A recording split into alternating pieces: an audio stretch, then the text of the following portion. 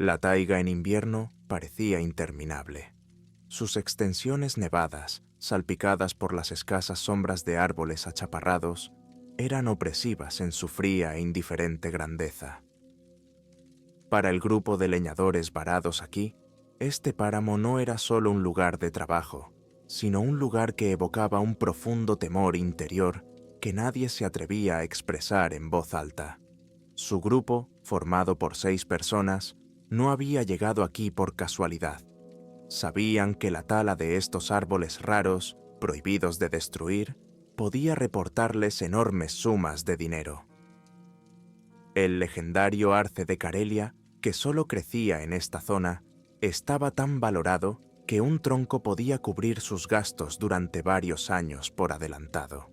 Sin embargo, los lugareños advirtieron que el bosque de este lugar no era amistoso, y la taiga nunca perdona a quienes perturban su paz. La primera semana transcurrió sin incidentes. Cortaron arces, montaron el campamento, se calentaron junto al fuego y discutieron planes para el futuro. Su líder, Peter, era un leñador experimentado que sabía cómo comportarse en esos lugares, pero él tampoco pudo evitar darse cuenta de que el bosque era diferente. El silencio que reinaba alrededor era demasiado profundo, y por la noche los sonidos del viento a veces se convertían en algo parecido a un susurro. Al 8º día comenzó lo extraño. Uno de los leñadores, Andrei, había desaparecido. No estaba en el campamento cuando se despertaron por la mañana y nadie sabía a dónde había ido. Había pocas huellas en los alrededores, solo las habituales en la nieve que conducían al exterior del campamento, pero que terminaban donde no había rastro de él. «Quizás se marchó sin más», sugirió Iván, el más joven del grupo. «¿A dónde podría haber ido? Estamos a cientos de kilómetros de la aldea más cercana», respondió Piotr, con la mirada perdida en la nieve. Buscaron a Andrei durante todo el día, pero no encontraron nada. Lo único que observaron fueron unas extrañas marcas en los árboles, arañazos largos y profundos, como si alguien con garras afiladas hubiera pasado por encima de la corteza. Al caer la noche, Peter tomó una decisión: seguir trabajando, pero en guardia. Sabía que retirarse significaba la pérdida de todas sus ganancias, y para algunos de ellos era su única oportunidad de salir del agujero de la deuda. Al día siguiente, el grupo regresó al claro, intentando no pensar en su camarada desaparecido, pero el bosque no les dejó olvidar. Poco después del mediodía, oyeron el primer sonido. Era la voz de Andrei. Venía de lo profundo del bosque, amortiguada, apenas audible, pero indudablemente suya. ¿Habéis oído eso?, gritó Iván, tirando el hacha. La voz se repitió. Llamó por su nombre, como si tratara de llamar su atención. «Es él», dijo Sergei, el mayor del grupo, en voz baja. «Nos está llamando». Pero Piotr estaba alerta. «No os mováis», dijo, mirando en la dirección de donde procedía el sonido. «No es él». «¿Cómo que no es él? ¿Lo has oído? ¡Es Andrei!». Iván dio un paso hacia los árboles. Si era Andrei, ¿por qué no había vuelto al campamento? Peter agarró el hacha con más fuerza. «No sabemos lo que es». La voz seguía llamando, cada vez más cerca, pero sin cambiar, como si repitiera el mismo fragmento. Cuando se atrevieron a mirar la nieve, notaron huellas que iban en la dirección del sonido. Huellas de pies descalzos. Las huellas no parecían naturales, eran nítidas, profundas, como si el hombre hubiera corrido descalzo por la nieve, aunque no tenía frío. Cada paso era perfectamente parejo, lo cual fue inmediatamente alarmante. Era como si el bosque que les rodeaba se hubiera congelado en previsión, y ahora podían percibir claramente que aquel lugar se había vuelto ajeno y hostil. Peter levantó la mano, indicando a los demás que se detuvieran, y escrutó las huellas. Se adentraron en la taiga, donde los árboles se hacían más espesos y la luz apenas penetraba entre las densas ramas. El aire a su alrededor se volvió más silencioso. Incluso el viento ya no movía las copas de los árboles. No era solo una sensación. La propia naturaleza que les rodeaba había cambiado. La voz de Andrei seguía llamándoles. Sonaba igual, como en bucle, como un viejo disco repitiendo la misma frase. Pero la voz no se hacía más fuerte ni más clara, ni siquiera cuando se acercaban. Sus pasos en la nieve eran cautelosos, como si cada uno de ellos temiera romper aquel ominoso silencio. Peter caminó primero, agarrando su hacha con tanta fuerza que sus dedos se volvieron blancos. Era un hombre sensato, acostumbrado al peligro, pero lo que estaba ocurriendo ahora iba más allá de su experiencia. Caminaron por los senderos durante 1 hora, hasta que llegaron a un lugar que les hizo detenerse de inmediato. Era una vieja cabaña, casi completamente oculta por la nieve. Sus paredes, ennegrecidas por el tiempo, estaban cubiertas de musgo, y el techo se hundía como si estuviera a punto de derrumbarse. Pero lo que más les sorprendió no fue el estado de la cabaña. Cerca de la entrada, sobre la nieve, había una figura. Al principio parecía un hombre. Era alto, de cuerpo delgado, envuelto en ropas viejas que parecían inadecuadas para el invierno. Tenía la cara encapuchada y las manos colgaban sin fuerza. La figura permanecía inmóvil, como esperándoles. Peter se detuvo primero y los demás hicieron lo mismo. Sus corazones latían frenéticamente, pero nadie se atrevía a dar un paso. La figura empezó a girar lentamente. El movimiento era antinaturalmente suave, como si alguien lo estuviera controlando, y cuando el rostro apareció a la vista, todos apenas pudieron evitar gritar. El rostro era humano, pero parecía congelado, como una máscara cubierta por una fina capa de hielo. Tenía los ojos vacíos, sin pupila, pero parecía mirarlos directamente. La figura permaneció inmóvil y luego levantó lentamente la mano, señalando hacia la cabaña.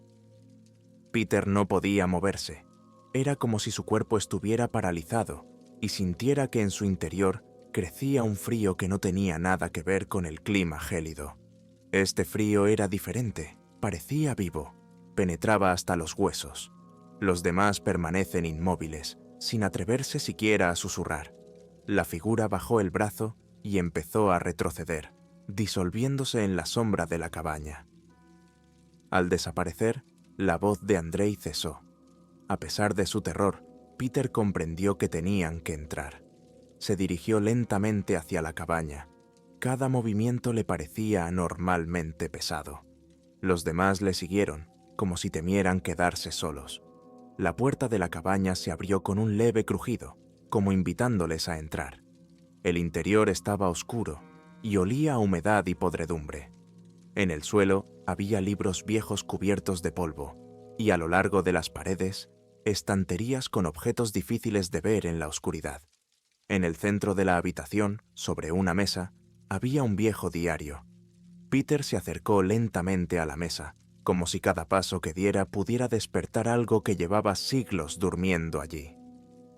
El diario era viejo, con una cubierta de cuero raída de la que sobresalían páginas amarillas y agrietadas. Parecía como si hubiera permanecido en aquel lugar durante décadas, pero no había rastro de polvo a su alrededor, ni signos de que el tiempo hubiera afectado a su contenido. Los dedos de Peter se deslizaron vacilantes sobre la cubierta y abrió el diario.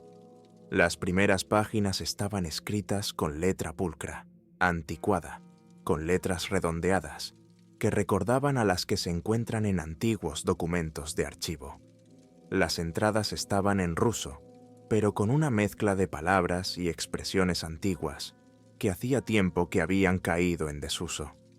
La primera entrada decía: 1857. Llegamos aquí, a lo profundo de la taiga, para explorar el bosque, que los lugareños llaman prohibido. Ninguno de los lugareños se atreve a entrar en esta parte del bosque. Dicen que aquí vive algo que se lleva el alma de quienes perturban la naturaleza. Solíamos reírnos de estos cuentos, creyéndolos supersticiones, pero ahora no estoy seguro de que fueran solo cuentos de hadas. Peter pasó la página, y con cada nueva entrada, su respiración se hacía más pesada. El autor del diario describía las rarezas que había encontrado su grupo de exploradores. Susurros en la noche, sombras que se movían solas y voces que provenían de lo más profundo del bosque. Al tercer día, uno de nuestros hombres desapareció.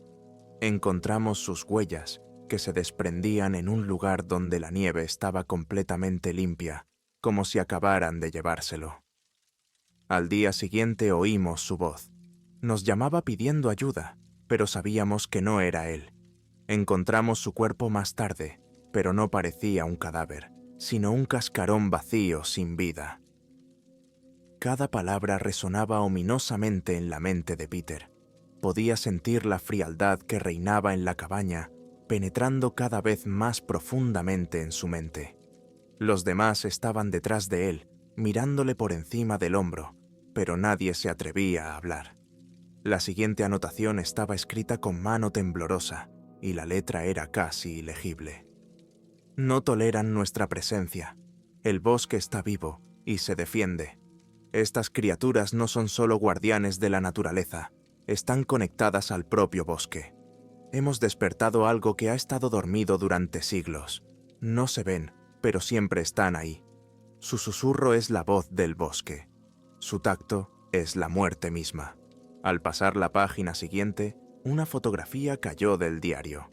Estaba descolorida, en blanco y negro, pero en ella se podía distinguir a un grupo de personas de pie frente a la misma cabaña. Sus rostros estaban distorsionados, como si la cámara no hubiera logrado captar sus caras reales. Debajo de la foto estaba la leyenda: quedamos 4. Ya no somos humanos. Peter cerró el diario, sintiendo que le temblaban las manos. Miró a sus compañeros, a Iván, que tenía la cara pálida, y a Sergei, que permanecía con los ojos cerrados como si rezara. Ninguno se atrevía a pronunciar palabra, pero todos se daban cuenta de que se habían topado con algo que era mejor no contar. En aquel momento se oyó un ruido procedente del fondo de la cabaña. Era un susurro, como el que habían oído en el bosque, pero ahora era más cercano, más fuerte, como si procediera del propio edificio. El susurro se fundió en palabras. «Nos has molestado». El susurro llenó la cabaña, bloqueando incluso su propia respiración. Las palabras, lentas y amortiguadas, sonaban como si hubieran sido pronunciadas desde otro mundo, a través de la espesura del tiempo y el espacio. Estaban en un idioma que nadie conocía, pero todos sentían su significado en lo más profundo de su conciencia.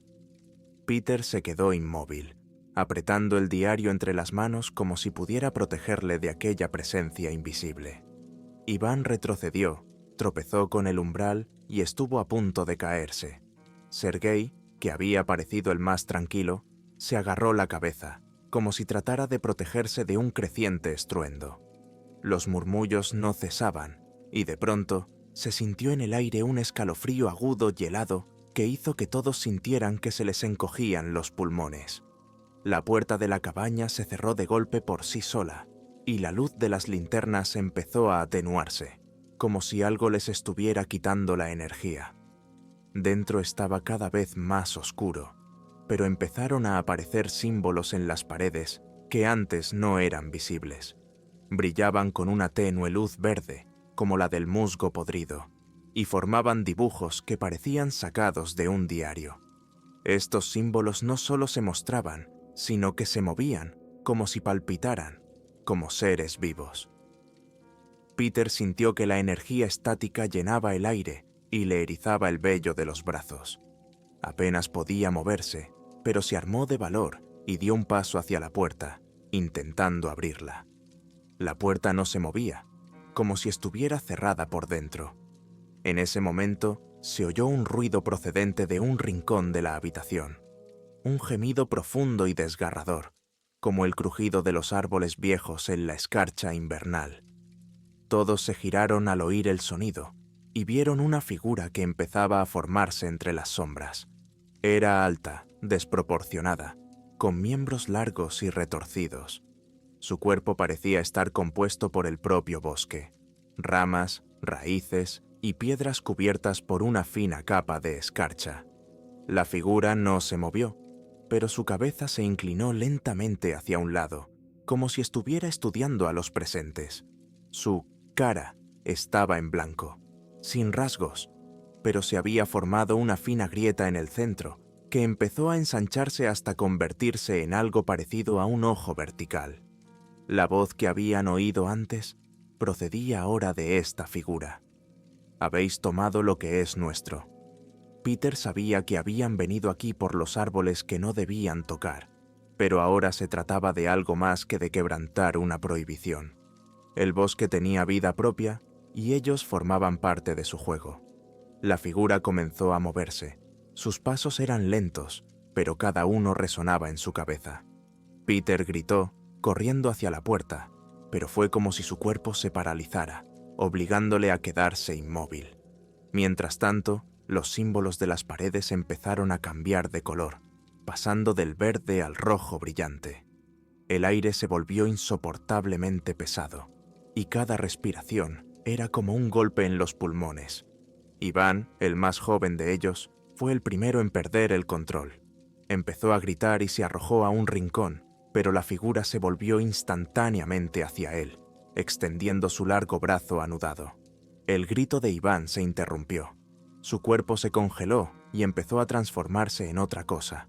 Su piel se cubrió de escarcha y fue como si empezara a fundirse con la sombra que lo envolvía. En unos instantes, desapareció. «Tenemos que salir», susurró Sergei, agarrando la mano de Peter. Piotr solo asintió. Sus pensamientos eran como una niebla. Sabían una cosa: el bosque no les dejaría marchar. El pánico se apoderó de los restos del grupo, pero no podían permitirse permanecer en la cabaña. El aire a su alrededor se espesaba, volviéndose tan viscoso como una niebla espesa, y cada respiración les producía un dolor agudo en el pecho. La figura que se alzaba en el rincón pareció absorber su miedo. Sus movimientos se volvieron más animados, como si el miedo la alimentara. Peter, haciendo acopio de sus últimas fuerzas, corrió hacia la puerta y la golpeó con el hombro. La madera crujió pero no se movió, y un ronco susurro parecido a un suspiro de muerte sonó en su interior. No sabía por qué su cuerpo ya no le obedecía, pero cada acción se daba con un esfuerzo inhumano. Sergei, que estaba a su lado, dio un paso adelante, aferrando su hacha entre las manos. Su rostro estaba pálido, pero sus ojos ardían de determinación. «¡Quitaos de en medio!», gritó, levantando el hacha y clavándola con fuerza en la puerta de madera. Se oyó un crujido, y la puerta finalmente cedió y se abrió. Sopló un viento helado, pero con él llegó la sensación de que el propio bosque estaba esperando a que salieran. Salieron corriendo sin mirar atrás, pero detrás de ellos oyeron un sonido que les heló la sangre. Era un rasguño y un susurro que se hacían más fuertes, como si los propios árboles hubieran cobrado vida y les estuvieran observando. El bosque que les rodeaba había cambiado. Los árboles que habían visto antes parecían ahora más altos y viejos, y sus ramas se doblaban en extrañas formas que parecían siluetas de criaturas vivas. La nieve bajo sus pies no crujía, sino que era suave, como si caminaran sobre una fina capa de ceniza. La luz de sus linternas se oscureció y aparecieron sombras a su alrededor, que se movían por sí solas. Sergei se detuvo y miró hacia atrás. «Algo nos sigue», dijo en voz baja, pero no había miedo en su voz, solo cansancio. Piotr se volvió. Detrás, entre los árboles, se veía la misma luz roja que habían visto en la cabaña. Se movía como un enorme ojo que los buscaba en el bosque. Siguieron caminando, pero sus pasos eran cada vez más lentos. Era como si la taiga se extendiera y sus caminos se hicieran interminables. Sabían que nunca encontrarían el camino de vuelta, pero siguieron caminando, con la esperanza de que al menos el movimiento les diera la oportunidad de escapar. De repente, un sonido llamó su atención. Era el gemido del viento, pero sonaba demasiado ordenado, como la voz de alguien. El sonido se hizo más fuerte y vieron otra cabaña más adelante, pero esta estaba en mejores condiciones. Al no tener otra opción, se dirigieron hacia ella. Esta vez, la puerta se abrió sin esfuerzo y en el interior ardía una tenue luz. La habitación estaba vacía, pero en el centro había otra mesa sobre la que yacía un mapa cubierto de extraños símbolos. Sergei se acercó a la mesa y Peter cerró la puerta con cuidado, sintiendo que todo lo que estaba ocurriendo parecía más una trampa que un rescate. El mapa mostraba el mismo terreno en el que se encontraban. Las líneas indicaban una ruta que se adentraba en el bosque. En el borde del mapa había una inscripción: «Has entrado, pero no saldrás. Los amos del bosque decidirán tu destino». Sergei levantó la cabeza, con los ojos llenos de desesperación. «Ya estamos muertos», dijo en voz baja. Pero Piotr no estaba dispuesto a rendirse. Cogió el mapa y se dirigió hacia la puerta, sintiendo que cada vez les quedaba menos tiempo. Pedro, aferrado al mapa, salió al exterior, y el viento helado le golpeó inmediatamente la cara, como si el bosque intentara detenerlos. Sergei le siguió, con la mirada fija en la luz parpadeante de la lejanía, la misma luz roja y ominosa que seguía siguiéndoles como un ser vivo. El bosque había perdido por fin su forma familiar. Los árboles parecían cerrarse sobre sus cabezas, formando un techo de ramas retorcidas, y la nieve bajo sus pies adquiría un extraño tinte grisáceo, como si hubiera sido mezclada con cenizas. El aire se hacía cada vez más pesado, y los susurros que antes apenas se oían ahora sonaban como fuertes voces que discutían y gritaban al mismo tiempo. El mapa señalaba el único camino: adentrarse en la taiga. Peter no quería ir más lejos, pero se dio cuenta de que si se detenía, este bosque se los tragaría como a los que habían estado aquí antes que ellos. Cada paso se hacía más y más difícil. Avanzaban sintiendo que una fuerza invisible tiraba de ellos hacia atrás, como si el propio bosque no quisiera que siguieran adelante. En un momento dado, el camino empezó a cambiar de dirección. Caminaban en línea recta, pero los árboles que tenían delante desaparecieron de repente, dando paso a nuevos senderos que seguían llevándoles al mismo lugar. Un círculo grabado a fuego en el suelo. Este círculo parecía equivocado. En el centro se veían claramente las huellas de unos pies descalzos, los mismos que habían visto antes.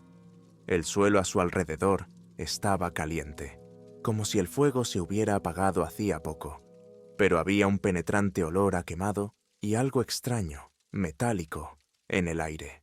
Sergei se acercó, pero se detuvo inmediatamente al ver las sombras que empezaban a acumularse alrededor del círculo. Parecían restos de personas, pero no tenían rostro. Se movían espasmódicamente, como si fueran marionetas controladas por hilos invisibles. Peter se dio cuenta de que aquellas figuras eran algo más que sombras. Eran las almas de aquellos que habían perturbado la paz del bosque. El susurro se hizo más fuerte, convirtiéndose en un zumbido rítmico. El suelo bajo sus pies empezó a vibrar, y la misma figura que habían visto en la cabaña se levantó del círculo. Su cuerpo retorcido parecía aún más grande, y el ojo del centro de su cara brillaba con más intensidad. «Habéis elegido un camino que conduce a las profundidades», dijo una voz tan fuerte que les hizo taparse los oídos. «Pero no hay vuelta atrás». Peter dio un paso adelante, levantando el mapa como si pudiera tener algún efecto sobre la criatura. «¡No queríamos molestarle!», gritó, aunque su voz se ahogó en los zumbidos y susurros. La criatura se detuvo, con la mirada fija directamente en el mapa que sostenía Peter. En ese momento, las figuras que rodeaban el círculo empezaron a moverse más deprisa, formando un anillo que los atrapó en aquella trampa. Sergei, presa del pánico, corrió hacia el pasadizo más cercano, pero las sombras se abalanzaron inmediatamente sobre él. Su grito rasgó el silencio nocturno y desapareció en el remolino de figuras en movimiento. Peter se quedó solo. Se dio cuenta de que el mapa no era la llave de la salvación, sino una invitación. Cualquiera que lo tuviera en sus manos se convertía en parte de este juego, en una víctima del bosque que iba a continuar su ciclo. La luz roja empezó a acercarse. Peter sintió que las piernas le pesaban más, como si las raíces de un árbol las hubieran envuelto. El bosque se preparaba para llevárselo, pero de repente, a través del caos, oyó una voz. No era un susurro, sino el grito de alguien que lo llamaba por su nombre. Peter miró a su alrededor y vio otra figura, pero esta vez era Andrew. Tenía la cara retorcida por el dolor, pero se levantó y señaló el pasadizo que salía del círculo. Pedro no dudó. Reunió sus últimas fuerzas y corrió hacia donde señalaba Andrei, dejando atrás el mapa, que estalló en llamas verdes y desapareció. Peter corrió, ignorando las ramas que le arañaban la cara y las rocas afiladas que le perforaban las suelas de las botas. Los sonidos del bosque a sus espaldas se hacían más fuertes, como si la taiga misma hubiera cobrado vida, tratando de alcanzarle. Luces rojas parpadeaban entre los árboles, pero no volvió a mirar atrás, sabiendo que detenerse era morir. El pasadizo hacia el que señalaba Andrei era cada vez más ancho, y Pedro sintió una débil esperanza de tener una oportunidad de escapar. Pero junto con esta esperanza llegó la realidad. Andrei no podía ser real. Había desaparecido, se había esfumado en el bosque como los demás, así que lo que le había mostrado el camino era o bien un truco, o una víctima que le había ayudado a salir, sabiendo que ella misma estaría aquí para siempre. Las ramas sobre su cabeza se cerraban cada vez con más fuerza, y el bosque empezó a parecerse a un túnel hacia el infinito. Su respiración era pesada, su pecho ardía de frío y fatiga. Oyó un grito detrás de él, pero no era la voz de Sergei ni de Andrei. El sonido pertenecía a algo inhumano, profundo, desgarrador, como el rugido de una bestia enfurecida. El camino le llevó de repente al borde del bosque. El bosque, que parecía interminable, terminó de repente. Ante él se extendía un campo cubierto de nieve, y en el otro extremo vio una débil luz. Las luces del campamento, su refugio temporal. Pero antes de poder dar un paso, sintió que algo le mordía el tobillo. Peter bajó los ojos y vio que de la nieve habían surgido raíces que se enroscaban alrededor de su pierna. Se movían como serpientes, sujetándole con fuerza, como si quisieran arrastrarle de vuelta al bosque. Intentó soltarse, pero las raíces le apretaban aún más, como si percibieran su desesperación. De repente, una voz llegó desde detrás de él, familiar pero distorsionada, como si sonara a través de cientos de voces. «¡No puedes irte! ¡Ya formas parte de nosotros!». Peter se dio la vuelta y vio la figura, que ahora era aún más grande. Su contorno era borroso, como si su cuerpo estuviera hecho de humo, y el ojo ardiente en el centro de su cara era ahora como una puerta a otra dimensión. «El bosque te llevará», dijo la voz, «pero puedes elegir». Aquellas palabras resonaron en su cabeza, como si algo le ofreciera un trato. Peter se dio cuenta de que tenía que elegir. Podía quedarse como los demás, formando parte del bosque, o podía renunciar a algo para salir. «¿Qué quieres?». Su voz estaba llena de rabia y desesperación. «Tu memoria», respondió la criatura. «Te irás, pero olvidarás. Lo olvidarás todo. ¿Quién eres? ¿Por qué estás aquí? ¿Quiénes son tus amigos? Serás libre, pero ya no serás tú». Dudó. Quedarse significaba la muerte, o algo peor. Irse significaba perder todo lo que le hacía ser él mismo. La luz roja se hizo más brillante. La figura se acercaba. A Peter no le quedaba tiempo. Cerró los ojos y susurró: «Llévatelo». La criatura emitió un sonido grave y desgarrador, y el mundo a su alrededor empezó a desmoronarse. Las raíces se aflojaron, la nieve bajo sus pies se endureció y el bosque a sus espaldas desapareció en una espesa niebla. Cuando Pedro abrió los ojos, estaba de pie al borde del campamento. Las luces de las tiendas estaban encendidas, pero no recordaba por qué estaba aquí. En su memoria solo quedaban retazos, senderos nevados, susurros, sombras, pero los rostros de sus camaradas y sus voces habían desaparecido, como si nunca hubieran existido. Sentía que había olvidado algo importante, pero el bosque a sus espaldas parecía tranquilo, silencioso, como si no hubiera pasado nada.